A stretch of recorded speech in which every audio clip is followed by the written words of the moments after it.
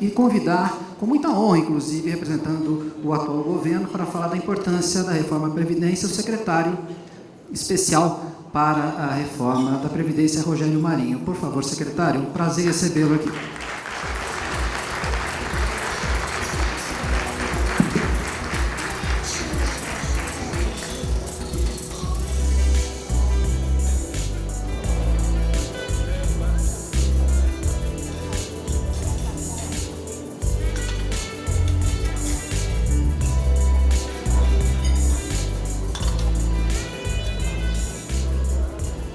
Bom, boa noite a todos. Agradecer aqui ao Sandro pelo convite.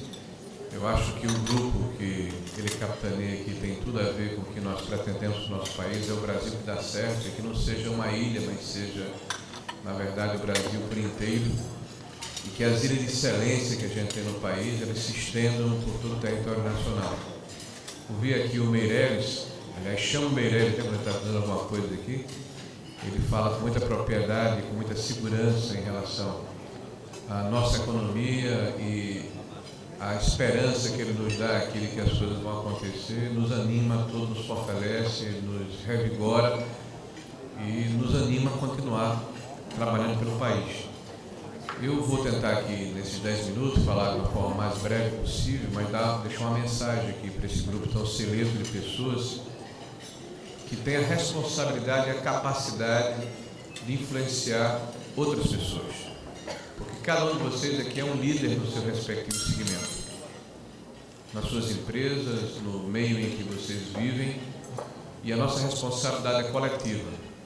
Na hora em que este grupo tem pessoas do terceiro setor, pessoas ligadas à educação, empresários vitoriosos, mobilizadores sociais, pessoas que têm altruísmo e sentimento de país, mais do que nunca essa pauta, que é a pauta que nós estamos capitaneando no governo Bolsonaro, que é a reforma da Previdência e do Trabalho, é uma pauta que foi incorporada pela sociedade brasileira. Era inimaginável, em 2017, eu estava na Câmara Federal, tratarmos essa questão da reestruturação do sistema previdenciário como nós tratamos agora. Naquela oportunidade, quando falávamos a respeito do assunto, nós éramos execrados publicamente. Eu, que conduzia a reforma trabalhista e substituía um companheiro de partido na comissão para votar a reforma previdenciária, né, certamente paguei um preço em função das atitudes que tomei e da bandeira que acredito que é importante para o país como um todo. Eu dizia naquela oportunidade que o mais importante é o legado que nós podemos deixar para aqueles que vêm depois da gente. O Brasil há muito tempo precisa e tem procrastinado fazer mudanças importantes na sua legislação, na sua organicidade, porque quem gera emprego no país, quem dá oportunidade às pessoas, não são os governos, não é o judiciário, não é o Ministério Público. Quem consegue fazer isso é quem tem coragem de empreender. E eu falo do pipoqueiro, eu falo do dono do mercadinho, eu falo da pessoa que vende churrasco, até o grande empresário. Essas pessoas precisam de um ambiente confiável, confortável, acolhedor, para se sentirem estimulados a irem à luta e gerarem a riqueza que o país se apropria como um todo, de forma coletiva. Nós somos um país que está vivendo um momento diferente. E a reforma da estrutura previdenciária brasileira, como foi dito anteriormente, não é uma panaceia. Não será ela que vai fazer com que o Brasil vire a página e faça o que nós denominamos um círculo virtuoso do crescimento que todos nós queremos. Mas ela é a espinha dorsal, é o alicerce, é o ponto de partida, é o ponto de virada, que vai nos dar a previsibilidade, a segurança jurídica, vai nos dar a capacidade de atrairmos aqueles que querem investir aqui dentro do país e fora dele, porque terão a segurança de que o país vai honrar suas obrigações, terão a segurança que a questão fiscal vai estar equacionada, que o Brasil não vai ter dificuldades no futuro próximo. E aí sim, a base para fazermos a reestruturação do sistema tributário, a reorganização do modelo administrativo do país, o novo pacto federativo, a desburocratização e simplificação do nosso país, e nós estamos debruçados, inclusive, na questão das NRs, que são as novas regulamentadoras da saúde e da segurança do trabalhador brasileiro, que por si só, Sandro, significam 6.800 possibilidades diferentes de multas que podem ser impostas ao empreendedor brasileiro. Nós somos um país que tem uma carga tributária absolutamente bizantina e anacrônica. E são situações que desestimulam quem quer empreender no país. E quando você tem hoje uma notícia de que o Brasil, depois de 20 anos, consegue fazer o seu acordo bilateral com a União Europeia, isso nos anima. Isso nos dá vigor e fortaleza de que outros acordos bilaterais virão. Que o Brasil vai conseguir abrir a sua economia, vai conseguir simplificar a sua estrutura burocrática, atrasada, bizantina, e vai conseguir se modernizar e vai dar o passo que todos nós esperamos para que nós tenhamos um futuro no nosso país. Quando eu escuto o Meirelles falar que nós tivemos a maior recessão da história do Brasil em 2015, 2016, é importante dizer a vocês que a grande narrativa que foi feita até 2 anos atrás é de que a reforma da Previdência era a favor dos ricos, que a reforma da Previdência não era necessária, que não havia dívida nem déficit e que o Brasil estaria muito bem da maneira que ele se encontrava. Essa narrativa foi posta por terra. E quando me perguntam a quem interessa a reforma previdenciária, eu afirmo com convicção que, em primeiro lugar, interessa aos mais pobres desse país, aos mais humildes, aos mais fragilizados, aqueles que perderam a capacidade de ter assistência do Estado brasileiro. Meirelles falou que 70% do orçamento do governo federal é capturado por assistência, previdência, salário e ações sociais que estão definidas dentro do orçamento. Isso não acontece por acaso. Ao longo dos anos, o Estado brasileiro foi capturado pelas corporações. E essa captura cobra um preço pesado ao conjunto da sociedade. Se o governo federal tem essa dificuldade de recursos discricionários para investir no conjunto da sociedade brasileira, imagine a maioria dos estados brasileiros e municípios espalhados por esse imenso país. Quem precisa de saúde pública no Brasil são as pessoas mais pobres que não têm dinheiro para comprar um plano de saúde. E é 75% da população brasileira. E a saúde pública está sucateada. Os hospitais não têm capacidade de atender a média e alta complexidade. Os ambulatórios estão abandonados. Falta medicamento, médicos e atendimento primordial para a sociedade brasileira no seu conjunto, espalhado por esse imenso Brasil. E São Paulo é realmente um estado rico e tem uma condição diferenciada, mas amem o Brasil. Vão aos estados do Nordeste, vão aos estados do Centro-Oeste, Norte, vão às periferias das grandes cidades, vocês vão ver que o que eu estou falando é real. O Estado brasileiro perdeu a capacidade de prover a saúde pública para o conjunto da sociedade.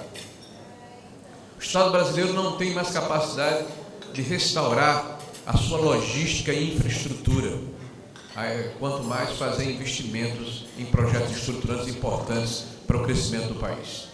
Em 2014, nós tínhamos 95 bilhões de reais consignados no Orçamento Geral da União para investimento em infraestrutura. Em 2019, nós temos 35 bilhões de reais.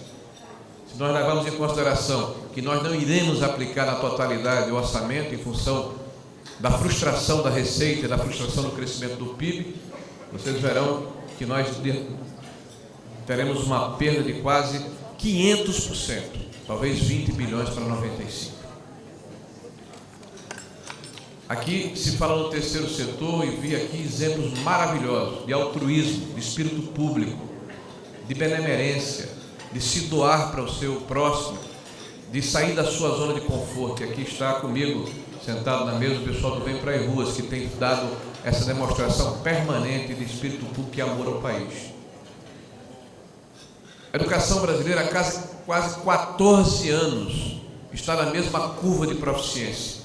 O Brasil, por lei, determina, por lei, que as crianças na terceira série do ensino fundamental precisam ter a capacidade e a proficiência de conhecer as 4 operações matemáticas e ler e decodificar um texto de 10 linhas. Pasmem, 89% das crianças do Brasil não têm essa proficiência. Ou seja, só 11 em 100, ou só 1 em 9 crianças. Essa é a realidade do nosso país. E o Estado exaurido, e o Estado absolutamente sem a capacidade de resolutividade, com seu orçamento e a sua capacidade discricionária cada vez menor, prejudica principalmente os mais humildes, os mais pobres, aqueles que precisam da intervenção do Estado, não como tutelador, mas como mediador e fomentador de políticas públicas que possam significar igualdade de oportunidade no nosso país. É isso que queremos resgatar com a reestruturação do sistema previdenciário. Por isso que, quando oferecemos um projeto de lei, nós dissemos que quem ganha mais vai contribuir com mais, quem ganha menos vai contribuir com menos, mas todos vão contribuir porque eles fazem parte da sociedade brasileira. O impacto foi de tal monta que foi de 15 vezes mais forte nos funcionários públicos federais do que no conjunto dos servidores do INSS. Isso gera problemas, isso gera resistências. Mas nós temos boas notícias. Essa pauta não foi só incorporada pela sociedade brasileira, ela foi incorporada pelo parlamento brasileiro. Os nossos presidentes, o Rodrigo Maia, o Davi Alcolumbre, o presidente Bolsonaro, as lideranças do parlamento, quase sem exceção, dos partidos que não fazem uma oposição sistemática ao governo, todos eles estão imbuídos do mesmo sentimento, o sentimento que nós precisamos resgatar o país. Nós precisamos resgatar o Estado brasileiro. E eu sei que quem está longe do processo, como eu estou muito próximo, quando lê, quando ouve, quando assiste os desencontros, as cutucadas, os desarranjos, até as altercações que ocorrem entre as partes, há um sentimento natural de que, será que vai dar certo? Vai dar certo. Vai dar certo de uma forma que ninguém acreditava antes. Hoje eu estive mais cedo, Sandro, com membros do mercado financeiro que me diziam da sua perplexidade em relação ao resultado que já foi alcançado, que ninguém mensurava o que aconteceu. Nós aprovamos uma semana atrás a MP 871, que combate fraude no sistema previdenciário brasileiro. Essa lei, por si só, já nos dá um respiro de 200 bilhões de reais nos próximos 10 anos. Vejam o tamanho e a potência de uma simples lei que ataca 32 problemas diferentes do sistema previdenciário e foi aprovado praticamente por unanimidade pela Câmara Federal e pelo Senado da República. Eu vou dar só um exemplo. Foram 32 situações diferentes. Os cartórios tinham 40 dias para informar os óbitos ao INSS. 40 dias eram 2 meses de benefícios pagos. A maioria das famílias tinha procuração das famílias e sacava o recurso. O INSS não podia mais resgatar. E o que remanescia, os bancos se apropriavam, alegando sigilo fiscal e bancário, e depois faziam uma compensação nas tarifas. 1 bilhão e 700 milhões por ano. 1 bilhão e 700 milhões por ano. Nós fizemos uma simples modificação. Agora o cartório tem 24 horas para informar. Não tem mais 40 dias. E se não o fizer, vai ser severamente punido. Uma outra situação, só para ilustrar, já que ainda tenho 3 minutos. Nós constatamos, porque temos um núcleo de inteligência, que subitamente houve um surto de benemerência de pessoas que estavam se convertendo nos presídios do Brasil. E eram os principais criminosos, os latrocidas, os estrupadores, os assaltantes de banco, que estavam adotando crianças de 9 e 10 anos de idade. E o que é que estava acontecendo? Não havia vedação da retroatividade. Eles recebiam de uma vez só 500, 600 mil reais. Por quê? Porque tinham auxílio reclusão a partir do nascimento da criança até o reconhecimento da paternidade. 10 anos de uma vez, 9 anos de uma vez. Nós estabelecemos que o reconhecimento da paternidade se dá no máximo em 6 meses. Tapamos mais essa janela. Um terceiro assunto, já que ainda tem um tempinho aqui, o fluxo do rural. Nós temos hoje no Brasil, estatística do IBGE, 16% de pessoas que moram no campo. Isso em 2010. O censo certamente vai diminuir esse tamanho, porque o fluxo do campo para a cidade é permanente. Não obstante, nós temos 33% dos aposentados e pensionistas do INSS que são rurais, segurados especiais. Quase o dobro daqueles que a população determina. Por que isso? o fluxo. Quem define, ou quem definia o tempo de aposentadoria para o segurado especial do campo eram os sindicatos rurais. Nós retiramos essa condição, estabelecemos um cadastro nacional de inclusão social, não resolvemos o estoque, mas resolvemos o fluxo. Isso vai ter um efeito extraordinário ao longo dos próximos 10 anos. São ações como essas, aparentemente simples, aparentemente óbvias, mas que não foram colocadas em prática nos últimos 20 anos, porque não havia um ambiente político adequado, porque não havia liderança adequada, porque não havia a confluência da condição técnica e a situação de crise que o país passa hoje. A crise pode e deve ser um gerador de oportunidades.